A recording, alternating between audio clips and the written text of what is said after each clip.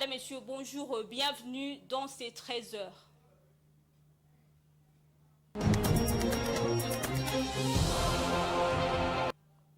Commençons par cette information. En bref, le ministère public a requis 3 ans de prison et une amende de 950 000 contre l'opposant Seth Kikouni. C'était lors d'une nouvelle audience mercredi 20 novembre à la prison de Makala où les avocats de M. Kikouni ont plaidé devant le tribunal de paix de Kinshasa-Gombe ayant instruit sur la propagation de faux bruits.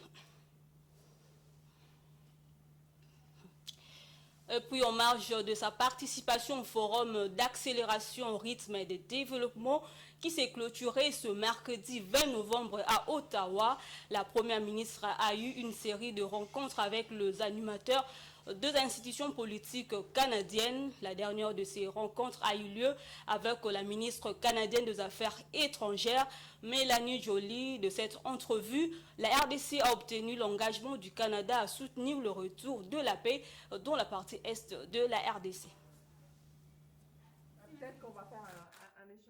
Le renforcement de relations bilatérales entre la République démocratique du Congo et le Canada a été au cœur de la rencontre entre la ministre canadienne des Affaires mondiales et la chef du gouvernement congolais. D'avoir des bonnes discussions sur plusieurs sujets, notamment les investissements, infrastructures et comment on peut renforcer la relation entre le Canada et la RDC. On a aussi parlé comment on peut aussi améliorer la situation sécuritaire, notamment dans l'Est du pays, et que le Canada peut jouer un rôle positif dans le fait de ramener la sécurité et la stabilité en RDC et dans la région.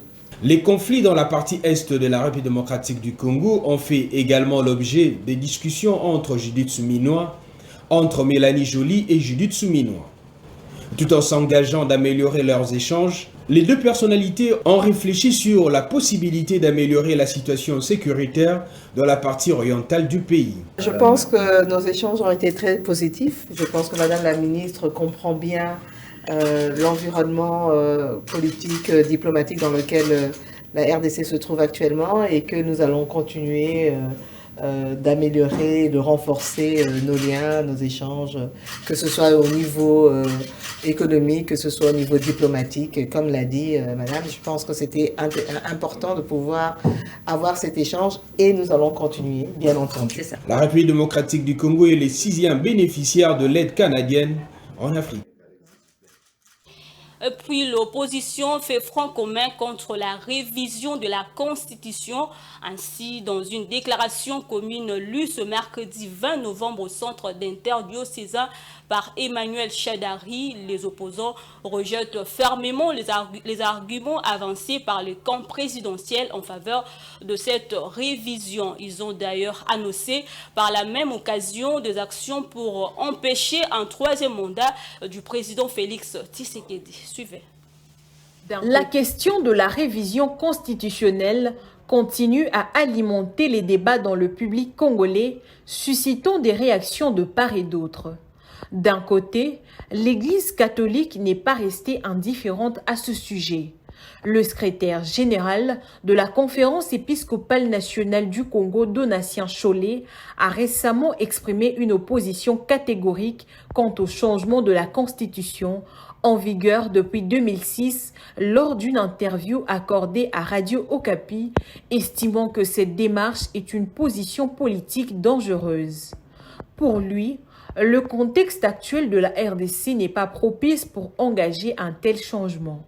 Donatien Chollet a fait savoir que ce projet de changement ou de révision de constitution qui a fait de morts ne passera pas sans un bras de fer social. Cela pourrait ouvrir un nouveau front de tension dans un pays déjà fragilisé, particulièrement à l'Est, avec toutes les tensions qu'il y a avec la situation sécuritaire exacerbée par l'agression rwandaise via le M23.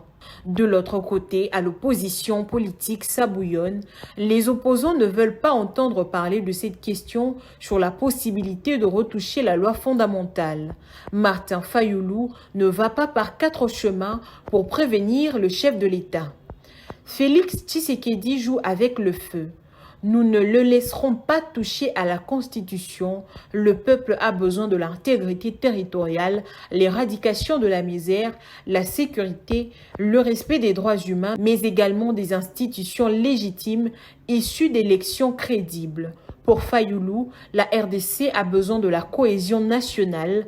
Ce n'est pas à cause de la Constitution que plus de 115 localités du pays sont sous contrôle des forces extérieures et que le gouvernement se distingue par la gabégie financière, dit le leader de l'ECD.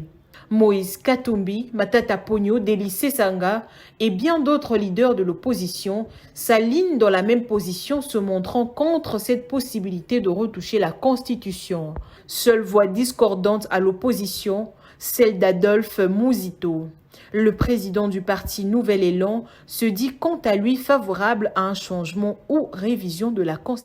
Pour finir, à Madagascar, le gouvernement envisage consacrer 122,7 millions de dollars dans son projet de loi de finances de 2025 à l'achat de semences de riz hybrides à grande échelle et à atteindre l'autosuffisance d'ici à 2026. Suivez.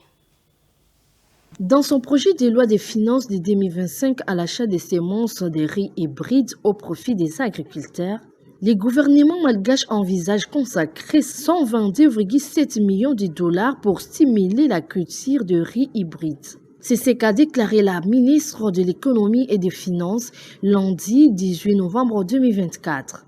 Il s'agit du plus important investissement dans la riziculture jamais réalisé par l'État de ces pays de l'océan Indien. Cette initiative vise notamment à promouvoir l'adoption et la culture de riz hybride à grande échelle en vue d'accroître davantage la production locale. Il convient de noter que la grande île qui couvre actuellement environ 88% de sa consommation en riz usiné, évaluée en moyenne à 3,4 millions de tonnes entre 2021 et 2023, d'après la FAO, va atteindre l'autosuffisance alimentaire d'ici en 2026. Le Madagascar est le troisième producteur africain de riz après le Nigeria et l'Égypte. L'introduction du riz hybride est considérée par les autorités de ces pays comme un levier stratégique, avec une prévision de rendement de 8,5 tonnes par hectare, soit un niveau de 3 fois supérieur à celui des variétés traditionnelles de 2,45 à 2,7 tonnes par hectare. Et voilà, mesdames, messieurs, c'est tout pour ces 13h. Prenez rendez-vous à 19h30 pour la grande édition et à 21h pour l'émission Chemin critique.